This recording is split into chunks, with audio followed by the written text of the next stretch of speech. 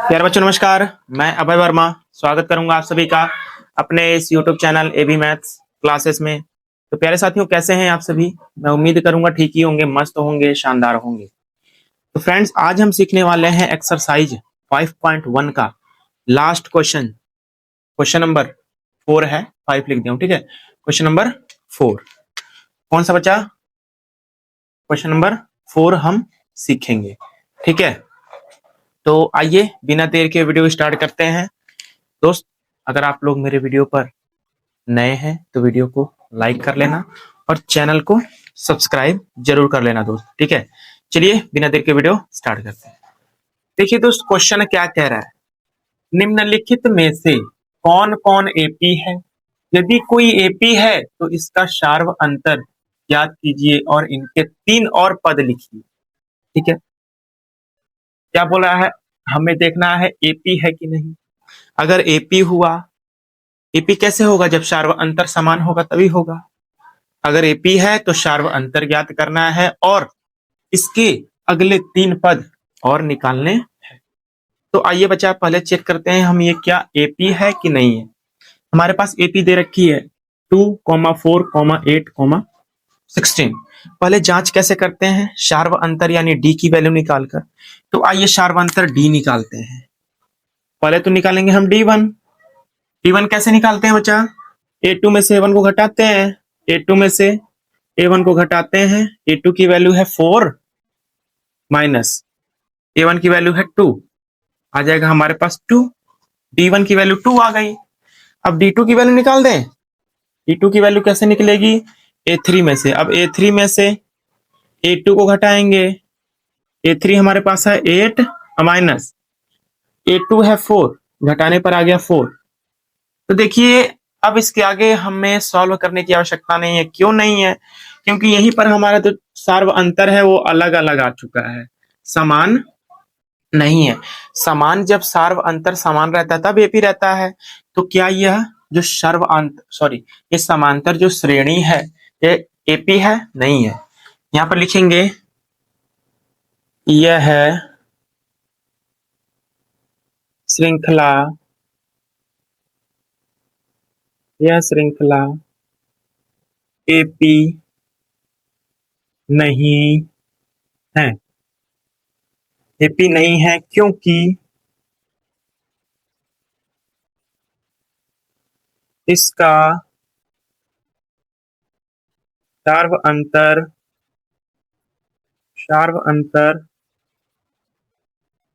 समान नहीं है, ठीक है। बस इतना आप लोग को लिख देना है बस। उसके आगे जब हमारा जब एपी है ही नहीं तो हम इसके अगला पद कैसे निकालेंगे? बताइए, निकाल पाएंगे? आप बोलोगे सर बिल्कुल नहीं निकाल पाएंगे, ठीक है। तो बस इतना ही आप लोग का आंसर रहेगा। अब इसका पार्ट 2 देखते हैं दोस्त। कुल टोटल 10 पार्ट है इसमें, ठीक है। तो हम पूरा 10 पार्ट नहीं सॉल्व करेंगे। जो इम्पोर्टेंट है, जो थोड़ा डिफिकल्टी है क्वेश्चन, उसको हम देखेंगे और बाकी इजी छोड़ देंगे, ठीक है। वो करिएगा आप। आइए बच्चा क्वेश्चन नंबर 2 देखते हैं इसका। मैं उम्मीद करूंगा ये क्वेश्चन नंबर फर्स्ट आप लोग को इजीली क्लियर हो गया होगा, ठीक है। देख लेना आप लोग। अगर जब हमारा जो शार्व अंतर समान ही नहीं है तो क्या हम इसके अगले 3 पद निकाल पाएंगे? नहीं निकाल पाएंगे। आइए इसका पार्ट 2 देखते हैं। 2 है कॉमा 5/2 है कॉमा 3 है कॉमा 7/2 है, ठीक है। इतना है हम लोगों के पास। अब हम निकालें बच्चा क्या? शार्व अंतर D1 की वैल्यू। यहां से निकालते हैं D1 की वैल्यू। देखिए D1 की वैल्यू क्या आ जाएगी? A2 में से A1 को घटाएंगे, यानी 5/2 में से 2 को घटाएंगे। नीचे कुछ नहीं बचा तो 1 है। एलसीएम आ जाएगा हमारे पास 2। 2 में 2 का भाग लगाएंगे, एक बार जाएगा ऊपर, 1 की मल्टीप्लाई 5 माइनस 2 में 1 का भाग लगाएंगे 2 बार जाएगा, 2 में 2 का मल्टीप्लाई 4, इधर आ गया 1/2। ये हमारे पास D1 की वैल्यू आ गई। अब D2 की निकाल दें। D2 कैसे निकलेगी? A3 में से यानी 3 में से 5/2 को घटाएंगे तो इसकी भी वैल्यू आ जाएगी, नीचे कुछ नहीं है तो 1, एलसीएम आएगी 2, ठीक है। 2 में 1 से भाग करेंगे क्या आ जाएगा, 2 बार जाएगा, 3 में 2 की मल्टीप्लाई 6 -5, इधर भी आ गया 1/2। D3 निकाल दें, 7/2 में से 3 घटाएंगे, यानी A4 में से A3 घटाएंगे, तो आप सॉल्व करेंगे इसको भी तो 1/2 ही आएगा। यहां पर देखिए बच्चा, क्या यह AP है? जी बिल्कुल है, क्योंकि इसका सार्व अंतर समान है। तो सार्व अंतर हम लोग का पूछा है ना, यदि कोई AP है तो इसका सार्व अंतर ज्ञात कीजिए। तो हमारा पहला उत्तर सार्व अंतर, सार्व अंतर क्या आ जाएगा, 1/2। ये तो पहला आंसर हो गया हम लोग का सार्व अंतर। ठीक है, अब दूसरा में पूछा है इसके नेक्स्ट 3 टर्म्स और ज्ञात करना, तो कैसे करेंगे? यानी A4 तक वैल्यू दे रखी है, A5, A6, A7 भी निकालने हैं। तो निकालते हैं A5, कैसे निकालते हैं? A में जोड़ देते हैं क्या, इससे ये 5 है ना, 5 से 1 कम यानी 4D जोड़ देते हैं, A + 4D, याद करने की ट्रिक है। यहाँ पर A5 की वैल्यू निकालनी है तो A में ही जोड़ देंगे, 5 से 1 कम 4D। ठीक है, क्लियर है? अब यहाँ पुट कर दीजिए, मान A की वैल्यू क्या है बच्चा, 2 है, प्लस 4 है, D की वैल्यू 1/2 है। देखिए यहाँ पर है ना। अब देखिए 2 से 4 खत्म होगा 2 बार में, बचेगा बच्चा 2 + 2 = 4। तो A5 की वैल्यू आ गई 4। अब A6 की वैल्यू निकाल दें। A6 की वैल्यू कैसे निकलेगी, A में जोड़ देंगे, यानी 2 में जोड़ देंगे बच्चा 5D, तो 5, 6 से 1 कम 5D, D की वैल्यू है 1/2। इधर आएगा हमारे पास A6, 2 प्लस 5 कमा 5/2, सॉल्व कर दोगे बच्चा तो आ जाएगा 9/2। ये A6 की वैल्यू आ गई। ठीक है, अब A7 की वैल्यू निकाल दें। A7 में A में ही जोड़ देंगे 6D, A हमारा 2 है, जोड़ दीजिए 6D, D की वैल्यू 1/2, खत्म होगा 3 बार में। A7 की वैल्यू आ जाएगी 5, 3 कमा 3 और 2 5। ठीक है, तो हमारे पास नेक्स्ट 3 पद कौन कौन से आए हैं, एक तो 4 आया है, एक तो 9/2 आया है, और एक 5 आया है। यही हमारे आंसर है, नेक्स्ट 3 टर्म्स। ठीक है, तो ये पार्ट 2 भी होता है इजीली क्लियर। ठीक है, तो हम आगे की तरफ चलें, क्वेश्चन नंबर 3 की तरफ। नोट कर सकते हैं दोस्त आप लोग, अगर नोट करना है तो, नहीं तो स्क्रीनशॉट भी ले सकते हैं। ठीक है, मैं इसको इरेज करूंगा। तब इसका पार्ट 3 देखेंगे, क्या देखेंगे, पार्ट 3। मैं इधर का तब तक इरेज कर रहा हूं, उधर का नोट करिए आप लोग। इसका पार्ट 3 देखेंगे, बहुत इजी क्वेश्चन है बच्चा, बस आप लोग को कैलकुलेशन करना आना चाहिए। अब पार्ट 3 देखिए क्या कह रहा है। पार्ट 3 है पॉइंट में है, -1.2, -3.2, -5.2, -7.2, यही है, ये जा रहा है इंफिनिटी तक। अब पहले इसको हम देखते हैं, क्या यह AP है, तो D1 की वैल्यू निकालें। D1 की वैल्यू आती है बच्चा इसमें, यानी A2 में से -3.2 में से क्या घटाते हैं, A1 की वैल्यू -1.2 घटाते हैं। अब देखिए यहाँ पर -3.2 है, माइनस में माइनस का मल्टीप्लाई +1.2, तो D1 की वैल्यू यहां से आ जाएगी बच्चा -3.2 + 1.2, क्या आ जाएगी, 1 आ जाएगी, 1 नहीं 2 आ जाएगी ना, 2 आ जाएगी, तो भी माइनस में, ये -2 आ गई D1 की वैल्यू, -2। अब देखते हैं इसका D2 की वैल्यू निकालते हैं।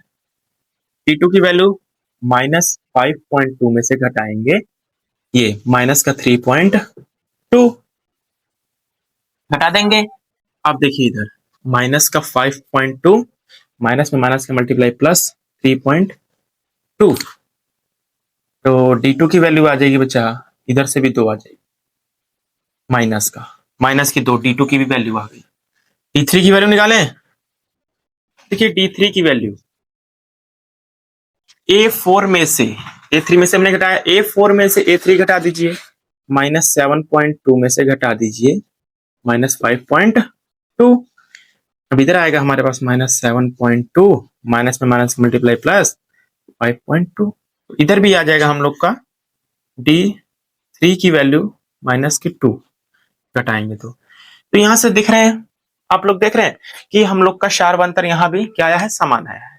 तो हमारा पहला क्वेश्चन क्या पूछा था कि सार्व अंतर यहाँ पर निकाल दें। यहाँ पे सार्व अंतर हम लोग का आ गया है बच्चा, सार्व अंतर हमारे पास -2, ये हमारे पास पहला उत्तर आ चुका है। अब इधर वाला हम इरेज करें, चलिए इरेज करते हैं फटाक से। बहुत ही शानदार क्वेश्चन है बच्चा, क्वेश्चन बोर्ड एग्जाम में एकदम कन्फर्म यहां से आते हैं, ठीक है। आइए अब क्या निकालना है, A4 तक वैल्यू दे रखी है, A5 निकालना है ना।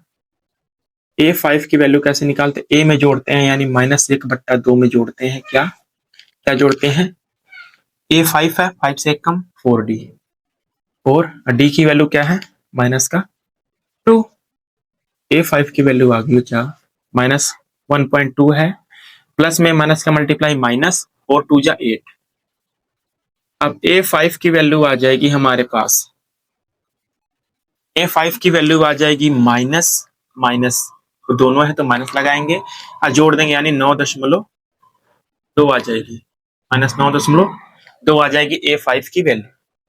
A6 की वैल्यू निकाल दें, A में जोड़ दें 1.2 में जोड़ दें क्या 5D, D की वैल्यू है -2, A6 की वैल्यू आ जाएगी, यहाँ पर माइनस है ना बच्चा, माइनस का 1.2 प्लस में माइनस का मल्टीप्लाई -5 2 जा 10, A6 की वैल्यू आ जाएगी हमारे पास 11 -11.2 ये A6 की वैल्यू आ गई।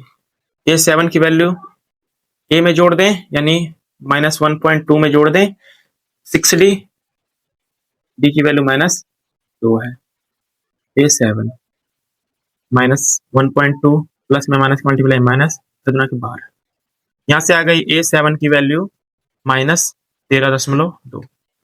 तो ये हमारे 3 टर्म्स आ चुके हैं, आप लोग लिख लीजिएगा।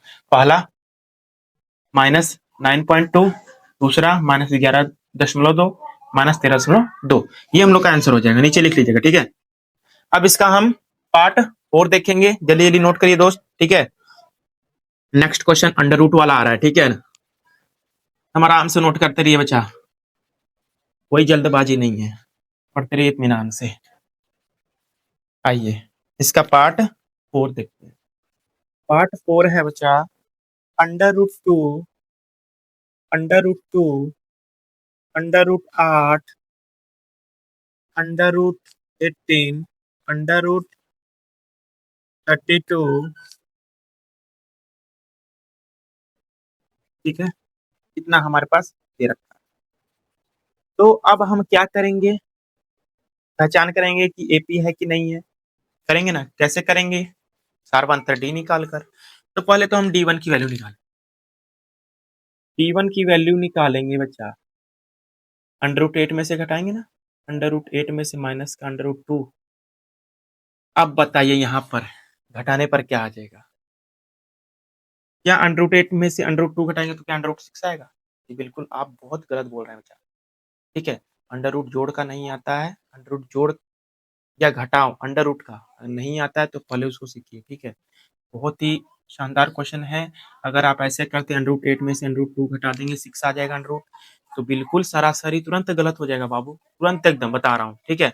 इसको ऐसे करते हैं, देखिए ये √8 को हम क्या लिख सकते हैं बाबू, √8 को जब वर्गमूल निकालेंगे 8 का, 2 4 जा 8, 2 2 जा 4, 2 1 जा 2, जो जोड़ा लगता है बच्चा वो अंडर रूट के बाहर आ जाता है, जिसका जोड़ा नहीं लगता वो अंडर रूट के अंदर ही रहता है। ऐसे आप निकाल सकते हैं, जिसका जोड़ा बैठा वो अंडर रूट के बाहर, जिसका जोड़ा नहीं लगा वो अंडर रूट के अंदर। यहाँ माइनस है तो माइनस लिखिए, √2। D1 की वैल्यू हमारे पास आ गई, देखिए √2 कॉमन दिख रहा है क्या, जी बिल्कुल दिख रहा है, √2 कॉमन, अंदर बचेगा 2, माइनस का √2 बाहर ले लिए 1 बचेगा। अब देखिए इसको घटाएंगे, 2 में से 1 घटा दीजिए 1 आएगा, √2 की मल्टीप्लाई 1 में करेंगे तो √2 ही आएगा, यानी D1 की वैल्यू आ गई हमारे पास √2, ठीक है। अब √2 2 आ गई वैल्यू। अब D2 की वैल्यू निकाल देते हैं हम लोग।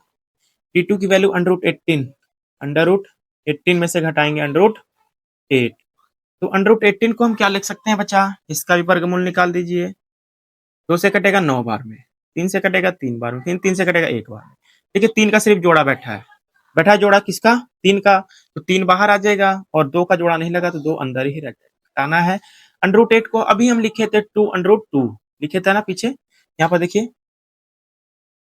अब देखिए यहाँ से क्या कॉमन दिख रहा है, √2 कॉमन दिख रहा है, तो D2 की वैल्यू आ जाएगी √2 कॉमन, अंदर बचेगा 3 माइनस ये 2 बचेगा, बराबर आ गया √2। ये D2 की वैल्यू आ गई। क्यों, 3 में से 2 घटेगा 1 और √2 की मल्टीप्लाई 1 में करेंगे तो √2। अब D3 की वैल्यू निकाल देते हैं हम लोग। D3 की वैल्यू कैसे निकलेंगी, √32 में से घटाएंगे क्या, √18। अब √32 को आप क्या लिख सकते हैं, नहीं आ रहा है बच्चा तो वर्गमूल निकालना ही, 16 बार में, 8 बार में, 4 बार में, 1 बार में, ठीक है। अब क्या करेंगे हम लोग, जोड़ा बैठाएंगे। देखिए जोड़ा 2 का 2 बार बैठा है तो इसको 2 बार, 1 बार लिखेंगे, 2 इसको 1 बार, यानी गुणा कर 2 दूना के 4 बाहर आएगा और 1 का नहीं लगा जोड़ा तो ये अंदर आ जाएगा माइनस। √18 को अभी हम लिखे थे क्या, 3√2 लिखे थे ना, 3√2 लिखे थे। अब देखिए यहाँ पर √2 कॉमन दिख रहा है, √2 कॉमन दिख रहा है, √2 कॉमन ले लीजिए, अंदर बचेगा 4 माइनस 3, 4 माइनस का 3, यहाँ पर आ जाएगा √2।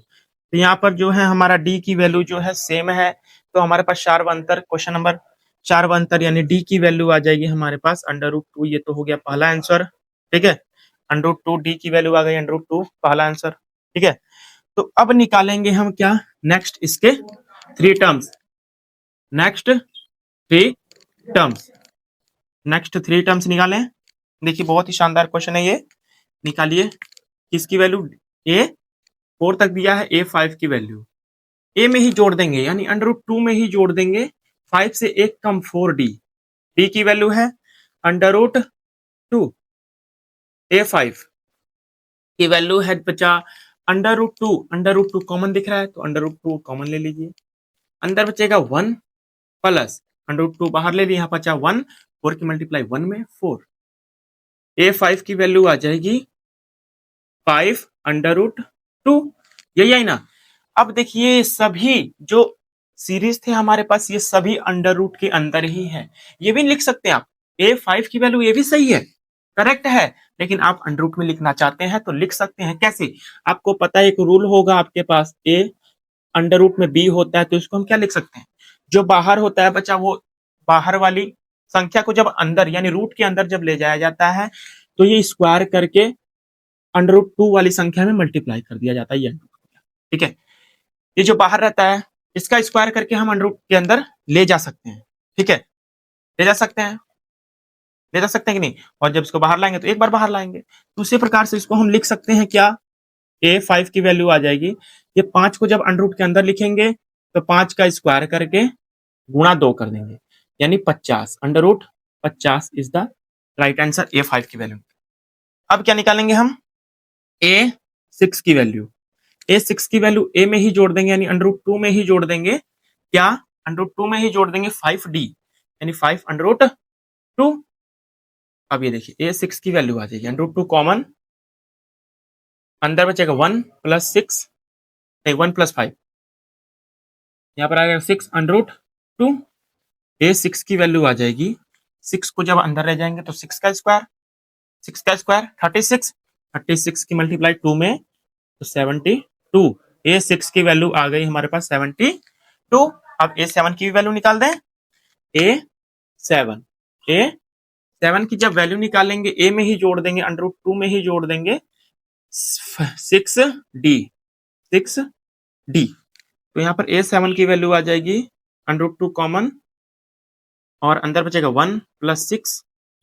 अब इधर देखिए √2, 7 √2 आ गया। अब इसको भी जब अंदर ले जाएंगे तो A7 की वैल्यू आ जाएगी, 7 का स्क्वायर अंदर कर देंगे, 7 का स्क्वायर 49, 49 दूना के 98, 98, यानी A7 की वैल्यू आ गई 98। तो हमारे पास नेक्स्ट 3 टर्म्स निकल कर आए हैं कितना, एक तो आया 5√2, एक तो आया है एक तो आया है √50, एक √72, एक अंडर रूट में आएगा बाबू, √98। ठीक है, ये हमारे पास आ गए नेक्स्ट 3 टर्म्स। बस आज के लिए इतना ही फ्रेंड्स। क्वेश्चन नंबर 4 हो गया समाप्त हम लोग का। बाकी सब जो अगले क्वेश्चन है वो इजी है। ठीक है, मैंने सभी टर्म्स बता दिए। उम्मीद करूंगा फ्रेंड्स आज की क्लास आप लोग को बेस्ट लगी होगी। तो मिलूंगा फ्रेंड्स आप लोगों से कल नेक्स्ट वीडियो में एक्सरसाइज 5.2 के साथ। ठीक है, वीडियो अच्छी लगी हो तो वीडियो को लाइक जरूर कर लेना, चैनल को सब्सक्राइब करके जरूर रख लेना दोस्त। ठीक है, तब तक के लिए नमस्कार, जय हिंद, जय भारत।